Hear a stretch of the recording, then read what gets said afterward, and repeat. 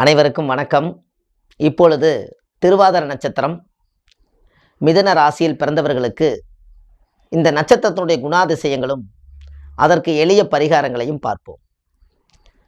அது பாருங்க, திருவாதிரை நட்சத்திரத்தில் ஒருத்தர் பிறந்தாங்கன்னா அவங்களுடைய பேச்சே பாருங்க, ராகுவுடைய நட்சத்திரம். திருவாதிரை நட்சத்திரம் என்பது யாரு? ராகுவுடைய நட்சத்திரம். இந்த ராகு அவரோட ஜாதகத்தில் எப்படி ஒரு அமைப்பை கொடுத்துருக்குதுன்னா, ராகு திசையில் யார் பிறந்தாலும் திருவாதிரை, சுவாதி, சதயம் இந்த 3 நட்சத்திரத்தில் பிறந்திருக்கிறவங்க ராகு திசையில் பிறப்பாங்க. உங்களுடைய ஜாதகத்தை நீங்கள் எடுத்து பாருங்க. திருவாதிரை நட்சத்திரத்தில், சுவாதி நட்சத்திரத்தில், சதய நட்சத்திரத்தில் இந்த 3 நட்சத்திரத்தில் யார் பிறந்திருந்தாலும் அவங்க ராகு திசையில் தான் அவங்களோட வாழ்க்கையை ஆரம்பிக்கும். ஒரு தாயுடைய கருவறையில் இருந்து அவங்க தொப்புள் கொடியை அறுத்த நேரம் திருவாதிரை நட்சத்திரமாக இருந்தால் அவங்க பிறக்கும் போதே ராகு திசையில் தான் பிறப்பாங்க. அப்போ அந்த ராகு திசை என்பது, ராகு என்பது என்ன அப்படின்னு கேட்டிங்கன்னா, எல்லா கிரகம் வலது பக்கம் சுத்தும். ராகு கேது மட்டும் ஆன்டி கிளாக்வைஸ் ரிவர்ஸில் சுத்தும். அப்போ இடது பக்கமாக இருக்கக்கூடியது, முரண்பாடாக இருக்கக்கூடியது யாருன்னு கேட்டால் ராகு தான். இந்த உலகத்தில் சூரியன் உலகத்துக்கே வெளிச்சம் கொடுக்கக்கூடிய கிரகம்.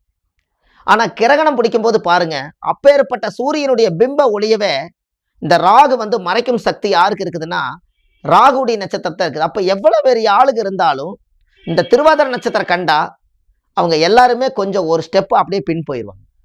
ஏன் அப்படின்னா, உலகத்துக்கே ஒளி கொடுக்கக்கூடிய ஒரே நட்சத்திரம் திருவாதிரை. எது? திருவாதிரை நட்சத்திரத்துக்கு அந்த சூரியன் தான். அப்போது அந்த சூரியனை இந்த ராகு என்ன பண்ணுது அப்படின்னு கேட்டிங்கன்னா, அந்த ஒளியை மறைக்கும் சக்தி எதிர்முறையாக போய் முழுங்கறக்குண்டான பவர் எங்கே இருக்குதுன்னா இங்கே தான் இருக்குது. அப்போது அவருடைய எல்லாமே பிரம்மாண்டமாகவே இருக்கும். ராகுடைய வேலையே என்னன்னு கேட்டிங்கன்னா, எது எடுத்தாலும் பெரிய திட்டம், மிகப்பெரிய திட்டம் போடும். அந்த திட்டத்தில் அது ரொம்ப அக்யூரேட்டாக நடந்துக்கும். பிரம்மாண்ட பேச்சு பேசினார்னா 10 பேர்த்து கேட்கும். ஐயா நல்லா இருக்கிறீங்களா அப்படின்னு கேட்பார். ஐயா நல்லா இருக்கீங்களான்னு கேட்பார். அப்போ ஐயா நல்லா இருக்கிறீங்களான்னா அந்த பேச்சை அந்த நாகர் படம் எடுத்து எந்திரிச்சு நின்று வார்த்தை சொன்ன மாதிரி அந்த பிரம்மாண்ட பேச்சு. அவர் நடந்தாருன்னா பிரம்மாண்டமான நட, எல்லாமே அந்த கம்பீரமான தோற்றங்கள், இது எல்லாமே அந்த பிரம்மாண்ட பேச்சு, பிரம்மாண்ட நடை எல்லாமே ராகு தான். இவருடைய குணங்களை நீங்கள் தெரிஞ்சுக்கங்க. ராகு என்பது அந்நிய மனிதர்கள், அந்நிய பாசை, அந்நிய உறவு எல்லாமே ராகு தான். அப்போ இந்த ராகுவுடைய ஆதிக்கம் என்ன அப்படின்னு கேட்டிங்கன்னா, அந்நிய மனிதருடைய பழக்க வழக்கங்கள் நம்மளுக்கு எங்கே இருக்கு அதிகமாக பாருங்கள். இந்த ராகுவுடைய நட்சத்திரத்தில் பிறந்திருக்கிறவங்க, திருவாதிரை நட்சத்திரத்தில் பிறந்திருக்கிறவங்க எல்லாருமே பாருங்கள் வெளிநாட்டில் நிறைய பேர் வாழ்கிறாங்க. ஏன் அப்படி? அது ராகு என்பது அந்நிய பாசை, அந்நிய மனிதர்கள், அந்நிய உறவு. ஒருத்தர் ஜாதகத்தில் ராகு திசை நடந்தாதான், ராகு புத்தி நடந்தாதான், ராகு அந்தரம் நடந்தாதான், ராகு சூட்சமம் நடந்தாதான் அந்த வெளிநாட்டை பற்றியே அவர் நினைப்பார். ஆகா, நம்ம இந்த ஊரில் இருக்கிறோமே, நம்மளுடைய அமைப்பு, நம்மளுடைய யோக பாவங்கள் எல்லாத்தையும் வெளிநாடு போய் நம்ம இருக்கக்கூடாதா? அங்கே போய் ஒரு சிட்டிசன் ஆகக்கூடாதா? அந்த நாட்டில் ஒரு விசா வாங்கிட்டு போய் நம்ம ஒரு 10 வருஷம் இருந்து வாழ வேண்டாமா? இந்த எண்ணத்தை உருவாக்கக்கூடிய ஒரே சக்தி யாருக்கு இருக்குதுன்னா திருவாதிரை நட்சத்திரக்காரர்களுக்கு இருக்குது. ஏன்னா அந்த வீடு மிதுன ராசி. அந்த மிதுன ராசிக்கார வீட்டுக்கு பூனையே வீட்டுக்கு வரணும்னு நம்ம சொல்லுவோம். ஏன்னா அது மிதுனம் பூனையோட வீடு. மிதுன ராசிக்கார வீட்டுக்கு பூனை வரும். ஆனால் அவங்க தயிர் சாதமும் பால் சாதமும் வச்சு அனுப்பிச்சிட்டாங்கன்னா யோகம் அதிகம். அவங்களுக்கு மட்டும் அந்த பவர் இருக்குது, மற்றவங்களுக்கெல்லாம் வேண்டாம். அவங்களுக்கு மிதுனம் என்பது பூனை வீடு. அந்த நட்சத்திரத்தில் பிறந்திருக்கிறனால மிதுனம் யாரோட வீடுன்னு கேட்டிங்கன்னா அது புதனோட வீடு. அந்த புதன் இந்த ஜாதகத்துக்கு கால புருஷத்துக்கு மேசத்துலேருந்து மேசம், ரிஷபம், மிதுனம். அந்த மிதுனங்கிறது 3வது வீட்டில். அந்த நட்சத்திரம் திருவாதிரை நட்சத்திரம் அங்கே இருக்குது. அந்த திருவாதிரை நட்சத்திரம் அங்கிருந்து எவ்வளோ வருது? அசுபனி, பரணி, கிருத்திகை, ரோகிணி, மிருகசீரிஷம், திருவாதிரை. 6வது நட்சத்திரம். இந்த 6வது நட்சத்திரம் திருவாதிரை நட்சத்திரம் மிதுன ராசியில் குடியிருக்கு. அப்போ இந்த புதனுடைய வீட்டில் குடியிருக்கிறதுனால அறிவு, கல்வி, ஞானம், வித்தைகள், சகல கலையும் கற்றுக்கிற இடம் எதுன்னு கேட்டால் மிதுனம். மிதுனம் என்பது இந்த கழுத்துக்கு கீழே சவுண்டு ஏற்றி இறக்கக்கூடிய இடம் மிதுனம். இந்த மிதுனத்தில் ஒரு யோகம் என்ன அப்படின்னு கேட்டிங்கன்னா, பள்ளிக்கூடம் இவங்க பிறக்கிற இடமே பாருங்க, மிதுனம் அறிவாளி பிறந்த வீடு. அறிவாலயம் இருக்கும், பக்கத்தில் பள்ளிக்கூடம் இருக்கும், நல்ல ஐடியா கொடுக்கக்கூடிய மனிதர்கள் எல்லாம் அங்கே பக்கத்தில் இருப்பாங்க. அறிவு ஆலயத்துக்கு பக்கத்திலேயே அவங்க பிறந்திருப்பாங்க. புத்தகம், படிப்பு, கல்வி, பாடசாலையோட கல்வி, பேச்சு, இது எல்லாம் காதில் விழுகிற மாதிரி இடத்துல தான் இவங்க வாழுவாங்க. இந்த மிதனத்துக்கு மட்டும், மிதனம் என்பது புத்தி மட்டும் இல்லை, இன்னொருத்தர் புத்தி சொன்னா அது அவ்வளவு சீக்கிரம் கேட்காது, அதுவே பேசிக்கிட்டு இருக்கு நம்ம நேரம். மிதன ராசியுடைய குணமே என்னன்னா, இந்த சவுண்டை ஏற்றி இறக்கக்கூடிய பேச்சு இருக்கிறதுனால அவங்ககிட்ட பேசி ஜெயிக்க முடியாது. அதான் மிதனம். அப்போ அந்த திருவாதிரை நட்சத்திரத்தினுடைய குணங்களை பார்த்தீங்கன்னா அவ்வளோ ஒரு அற்புதமான ஒரு விஷயம். இந்த நட்சத்திரத்தங்கள்லாம் அந்த வீட்டில் அது அப்படியே தான் இருக்கு. அப்போ அவங்களுக்கு என்ன அப்படின்னு கேட்டீங்கன்னா, மிதனமாக இருக்கிறதுனால ஒரு அறிவை எடுத்து அவங்க செயல்படுத்தி அதை முழுமையா புரிஞ்சுக்கிட்டு நடக்கக்கூடிய ஒரே நட்சத்திரம் திருவாதிரை நட்சத்திரம்.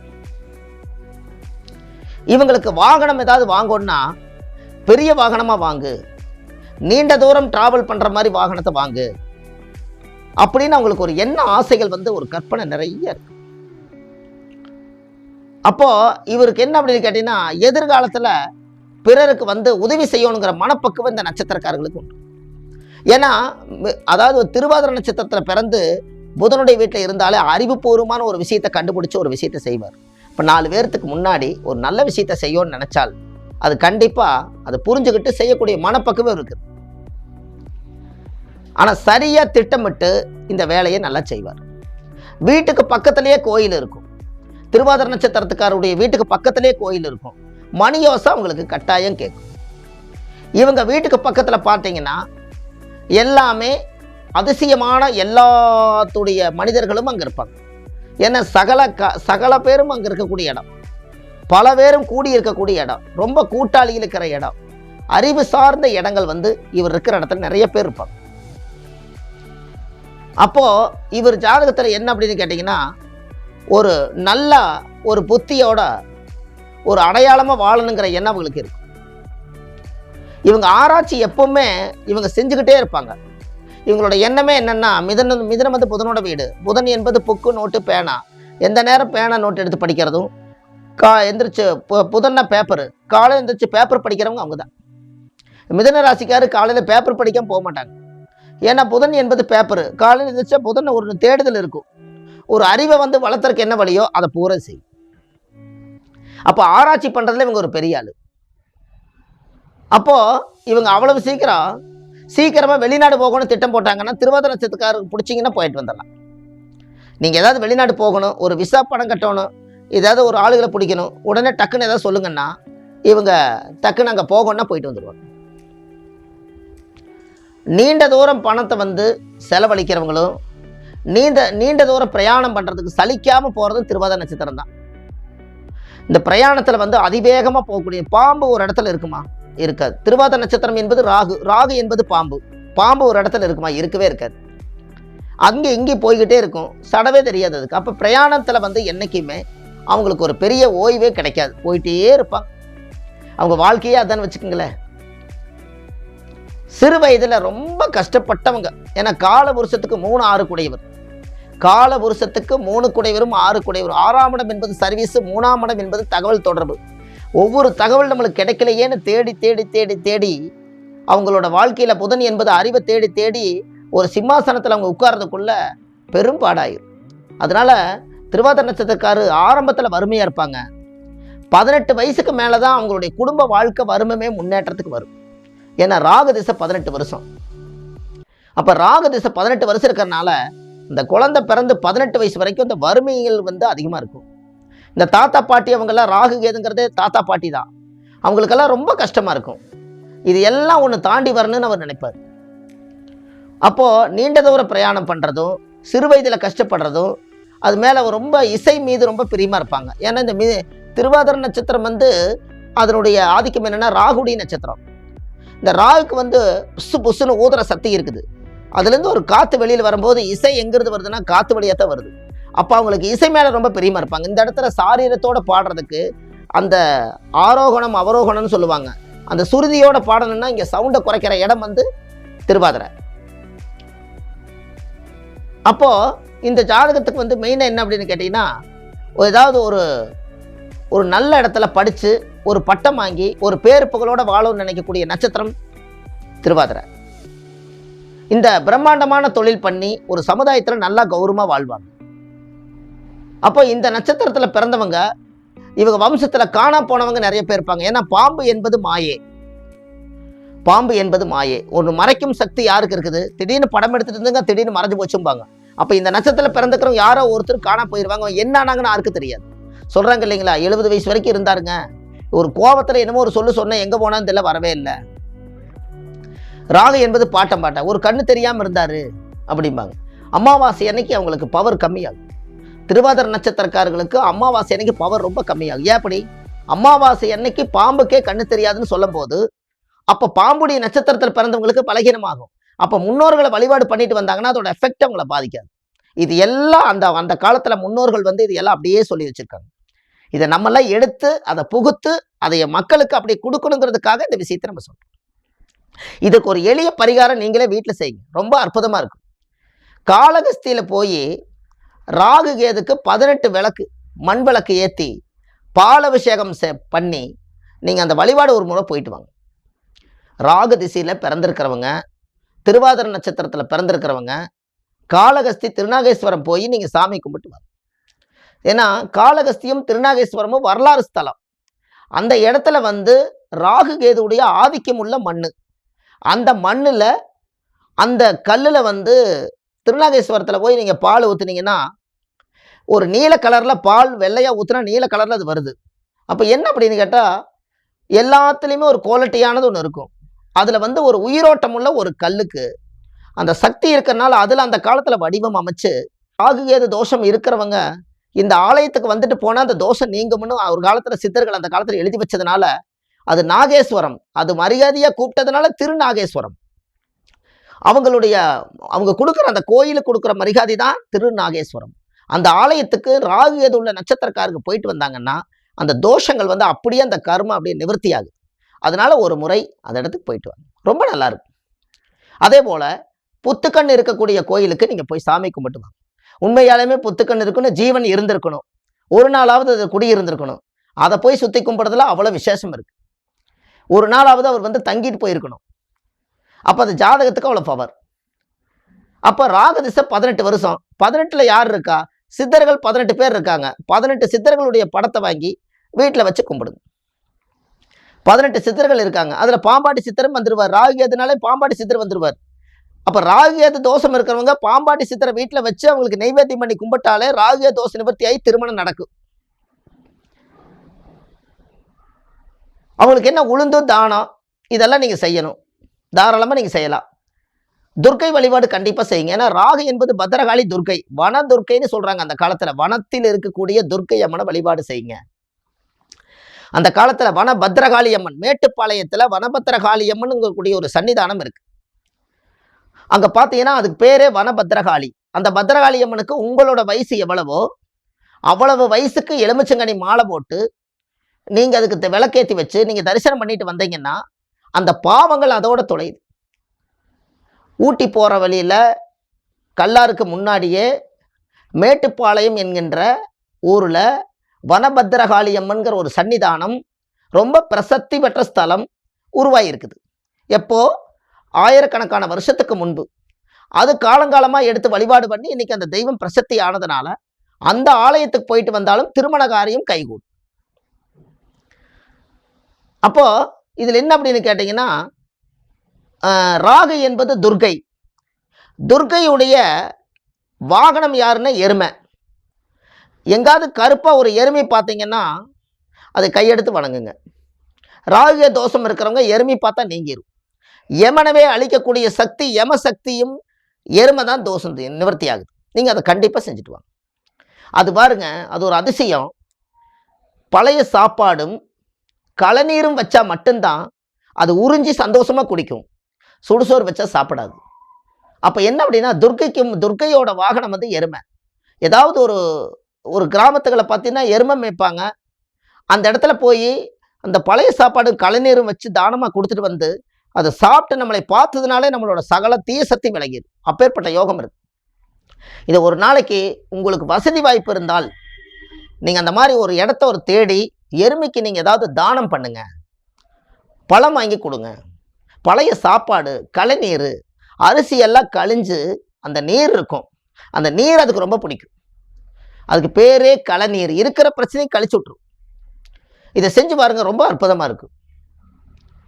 அப்போ என்னன்னா, ராகு என்பது மாங்கல்யம் இழந்த பெண்கள், கணவனவே இழந்துட்டாங்க, இவங்களுக்கு கணவனே இல்லை அப்படின்னு இருக்கிறவங்களுக்கு ஒரு புடவை தானம் பண்ணுங்க, ராகு தோஷ நிவர்த்தி ஆகும். அந்த காலத்தில் இந்த ராகு அதை இவ்வளவு விதமா பிரிச்சு வச்சிருக்காங்க. ராகு என்பது மாங்கல்யத்துல ஒரு கயிறு, பாம்பு கயிறு இருக்குது, அந்த கயிறு இல்லைனாலே இது தோஷம். அப்ப ராகு எது தோஷம். அப்ப மாங்கல்யமே இழந்து அவருக்கு கணவனே இந்த பூலோகத்துல இல்லைன்னு இருக்கிறவங்க தான் அந்த பெண்கள். அவங்களுக்கு நீங்க ஒரு புடவை வாங்கி ராகு காலத்துல விட்டுட்டு மற்ற நேரத்துல செய், அந்த ராகு தோஷம் நிவர்த்தி ஆகும். ஏன்னா அதே நேரத்துல கொடுத்து அதே தோஷத்தை பெற முடியாது, அது அதோட காலத்துல தான் அது இருக்கும். ராகு காலத்தை தாண்டி அந்த நாள் எந்த நாளாக இருந்தாலும் நீங்க செய்யுங்க, ரொம்ப நல்லா இருக்கும். அப்போ இதெல்லாம் வெள்ளை பூசணிக்காய் ராகு எதுக்கு உட்பட்டது தான்.